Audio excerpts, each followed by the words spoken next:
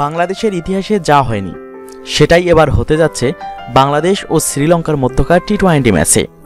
সেই এনামুল হক মনি, মোহাম্মদ রফিক দিয়ে শুরু, তারপর এনামুল হক জুনিয়র, আব্দুর রাজ্জাক, মানজারুল রানা, সাকিব আল হাসান, ইলিয়াস সানি, আরাফাত সানি ও সানজামুল ইসলাম।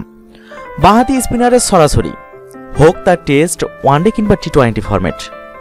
লাল সবুজের জার্সি গায়ে 11 জনের দল মানেই অন্তত 2 জন বাঁহাতি স্পিনার। বাঁহাতি ছাড়া বাংলাদেশের দল ভাবাই যায় না। পণ্ডিত, বোদ্ধা এবং বিশেষজ্ঞ হবার দরকার নেই। পাড়ার গলির কোনো ছেলেও জানে বাংলাদেশ দল মানেই স্পিন নির্ভর, বাঁহাতি স্পিনার কেন্দ্রিক স্পিন আক্রমণ।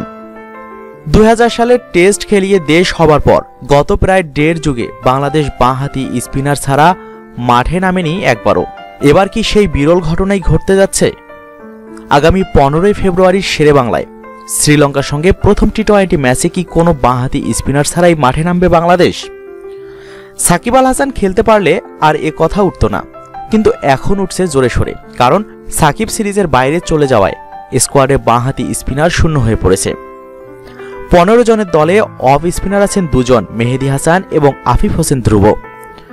এছাড়া মাহমুদুল্লাহ রিয়াদও সীমিত ওভারের ফরম্যাটে প্রায় নিয়মিতই বল করেন, কিন্তু বোলিং লাইন আপে আর কোনো বাঁহাতি স্পিনার নেই, বরং পেসার আছেন এক ঝাঁক।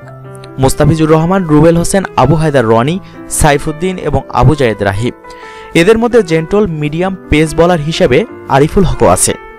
ঘরোয়া ক্রিকেটে প্রায় নিয়মিতই বল করেন আরিফুল, কাজেই সাকিবের বদলে একজন বাঁহাতি স্পিনারকে নতুন করে না নিলে লঙ্কানদের সঙ্গে 2 ম্যাচের সিরিজে বাংলাদেশ যে বাঁহাতি স্পিনার ছাড়াই খেলবে।